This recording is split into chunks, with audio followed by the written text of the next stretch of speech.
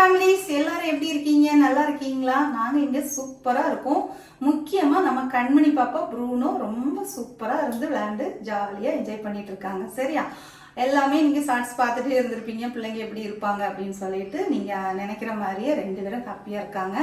அப்புறம் இன்னைக்கு தொடர்ந்து எனக்கு கமெண்ட்ல வர்றது என்னன்னு பாத்தீங்கன்னா, ஒரு நாளைக்கு எப்படி ஒரு 4-5 கமெண்ட் அக்கா எண்ணெய் கத்திரிக்காய் எப்போ செய்வீங்க, எண்ணெய் கத்திரிக்காய் ரெசிபி சீக்கிரமா போடுங்க, நாங்களும் உங்களை மாதிரியே பண்றோம் அப்படின்னு சொல்லி கேட்டுட்டே இருந்தீங்க.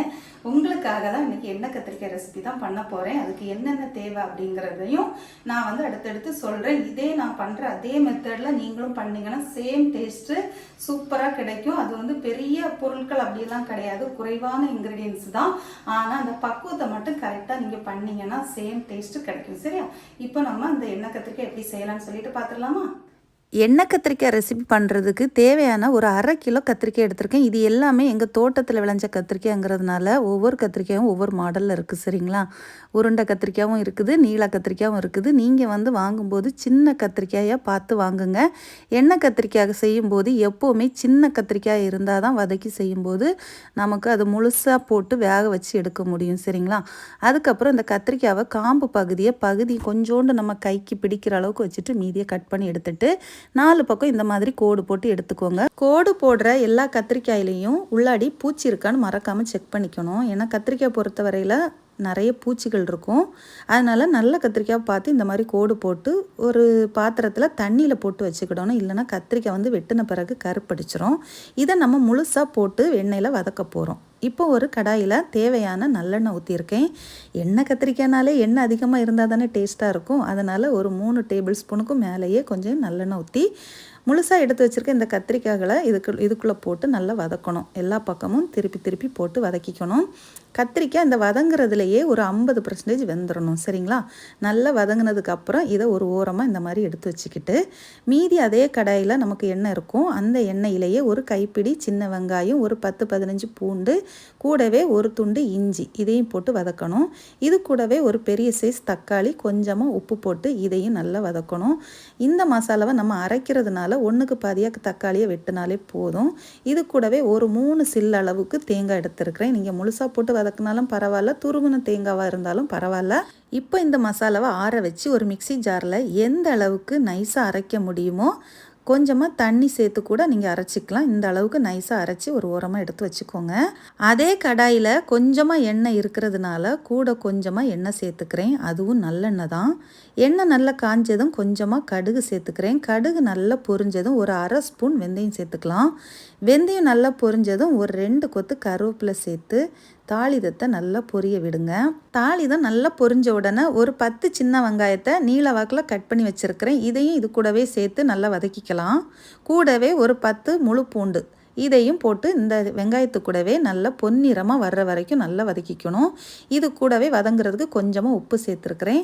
ஒரு 1/4 டீஸ்பூன் பெருங்காயத்தூள் சேர்த்து இதையும் நல்லா வதக்கிக்கலாம். வெங்காயம் நல்லா வதங்கின உடனே தீயை கொஞ்சம் கம்மியாக வச்சுட்டு 1/4 டீஸ்பூன் மஞ்சள் தூள், 1 ஸ்பூன் மிளகாய்த்தூள், 1 ஸ்பூன் மல்லித்தூள். மல்லித்தூள் ஏற்கனவே வீட்டில் வறுத்து பொடித்த மசாலா, இதையும் சேர்த்து நல்லா வதக்கிட்டு 1/2 ஸ்பூன் மிளகுத்தூள், 1/2 ஸ்பூன் சீரகத்தூள், இது ரெண்டுமே சம அளவுக்கு இருக்கணும். இதையும் போட்டு நல்லா வதக்கிக்கணும். இந்த மசாலா போடும்போது தீயை கண்டிப்பாக கம்மி பண்ணி வச்சுக்கோங்க, மசாலாக்கள் கரிஞ்சிரும். இது கூடவே பார்த்திங்கன்னா நம்ம அரைச்சி வச்ச மசாலா பேஸ்ட் இருக்கு இல்லையா, இதையும் போட்டு நல்லா வதக்கணும். இதை ரொம்ப வதக்கணும்னு இல்லை, ஏற்கனவே நம்ம இதை வதக்கி அரைச்சதுனால கொஞ்சமாக வதக்கி எடுத்தால் போதும். மிக்சி ஜார் கழுவுன இந்த தண்ணியும் சேர்த்துக்கலாம். இது கூடவே தேவையான கொதி வந்ததுக்கப்புறம் தேவையான புளி கரைசல் ஒரு நெல்லிக்காய் சைஸ் அளவுக்கு எடுத்து வச்சு புளி தண்ணியை ஊற்றிட வேண்டியதான். 4 பக்கம் கிண்டி விட்டு உப்பு செக் பண்ணி உப்பு போட்டுக்கோங்க. இந்த ஸ்டேஜில் கொதி வந்ததுக்கப்புறம் கத்திரிக்காவை இது கூட சேர்த்துக்கிடலாம். ஏன்னா மீதி 50% கத்திரிக்காய் இதிலேயே வேக வேண்டியது இருக்குது. இதில் தான் உப்பு, காரம், புளிப்பு எல்லாமே இந்த கத்திரிக்காய்க்குள்ளாடி நமக்கு பிடிக்கணும். சரியா? அதனால் இந்த பக்குவத்தில் சேர்த்துக்கோங்க. தண்ணி கொஞ்சம் நீங்கள் பார்த்து சேர்த்துக்கோங்க. நல்லா கொதிச்சிட்டு இருக்கிற இந்த நேரத்தில் டேஸ்ட்டுக்காக கொஞ்சமாக சர்க்கரை சேர்த்துக்கலாம். சர்க்கரைக்கு பதிலாக நான் நாட்டு சர்க்கரை சேர்த்துருக்கிறேன். நீங்கள் விருப்பப்பட்டீங்கன்னா சர்க்கரை கூட சேர்த்துக்கலாம். இந்த சர்க்கரை சேர்க்கும்போது இதில் புளிப்பு, உப்பு, இனிப்பு இப்படி எல்லாம் கலந்த ஒரு சுவையில் சூப்பரான ஒரு டேஸ்ட் இருக்கும். துவர்ப்பு இப்படி எல்லாமே இருக்கும். சரிங்களா? அதனால் நல்லெண்ணெயில் குக் பண்ணால் மட்டும்தான் இந்த டேஸ்ட் அப்படியே உங்களுக்கு கிடைக்கும். இதே மெத்தடில் நீங்களும் செஞ்சு பாருங்கள். ஃபைனலாக பார்த்தீங்கன்னா நல்ல ஒரு ரெட் கலரில் கிடைக்கும். சிம்மில் வச்சு விட்டுருங்க. கொஞ்ச நேரம் அப்படியே சிம்மில் வச்சு விடும்போது அந்த எண்ணெயெல்லாம் அப்படியே பிரிஞ்சு மேலால் எண்ணெய் மிதக்கிற அளவுக்கு ஆயிரும். இந்த ஸ்டேஜ் கரெக்டான பக்குவம். உங்களுக்கு கொஞ்சம் கிரேவியாக வேணும்னா இப்படியே இறக்கிக்கலாம். கொஞ்சம் கெட்டியாக வேணும்னா கூட கொஞ்ச நேரம் அடுப்பில் வச்சு பக்குவத்தை பார்த்து நீங்கள் இறக்கிக்கோங்க. இந்த டேஸ்ட்டில் எடுத்து அப்படி சூடு சாதத்தில் அப்படியே எடுத்து வச்சு சாப்பிடும்போது ரொம்ப டேஸ்ட்டாக இருக்கும். இந்த கலர் வந்து ஃபைனல் வந்து இப்படி ரெட் கலர் வந்திருக்கு. என்ன ரீசன் பார்த்தீங்கன்னா, நாங்கள் வந்து எப்போவுமே மிளகாத்தூள் அரைக்கும்போது அது கூடவே கொஞ்சம் காஷ்மீரி சில்லியும் சேர்த்து தான் நாங்கள் அரைப்போம்.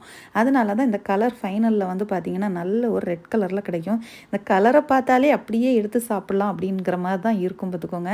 சுடு சாதத்துக்கு சப்பாத்திக்கு இந்த மாதிரி தொட்டு சாப்பிடும்போது ரொம்ப நல்லாயிருக்கும்.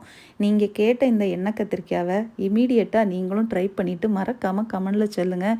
நிறைய பேர் வந்து இந்த ரெசிபியை கேட்டுகிட்டே இருந்ததுனால தான் உங்களுக்காக மட்டுமே தான் நான் அவசரமாட்டு இன்னைக்கு இதை ரெடி பண்ணியிருக்கிறேன். எங்கள் வீட்டுக்காரங்க எண்ணெய் குழம்பு ஃபேவரட்டுன்னு சொன்னாச்சுன்னா இந்த எண்ணெய் கத்திரிக்காய் அடிக்ட்டுன்னு சொல்லலாம். அடிக்கடி அவர் தான் இதை விரும்பி சாப்பிடுவார். அவருக்காக தான் நான் அடிக்கடி இதை செஞ்சு கொடுப்பேன். அதுவும் இது வீட்டு கத்திரிக்காய்ங்கிறதுனால டேஸ்ட் வந்து ரொம்ப நல்லாயிருக்கும். நீங்களும் இதே மெத்தடில் ரொம்ப பெரிய பொருட்கள் அப்படியெல்லாம் கிடையாது, கொஞ்சம் பொருட்கள் தான் பக்குவமாக செஞ்சிங்கன்னா இந்த டேஸ்ட்டில் நீங்களும் விரும்பி சாப்பிட்லாம். உங்கள் வீட்டில் இருக்கிற எல்லாருமே மீண்டும் மீண்டும் கேட்குற அளவுக்கு இந்த எண்ணெய் கத்திரிக்காய் டேஸ்ட்டாக இருக்கும். செஞ்சுட்டு மறக்காமல் கமெண்டில் சொல்லுங்கள்.